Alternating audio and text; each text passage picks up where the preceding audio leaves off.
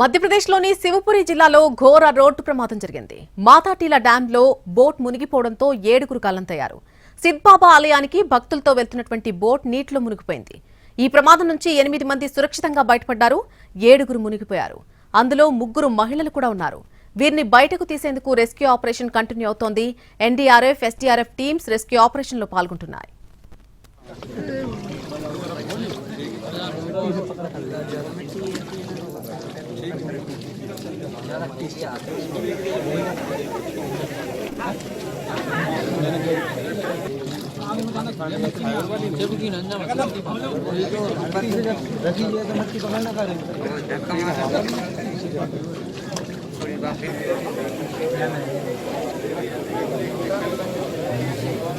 वो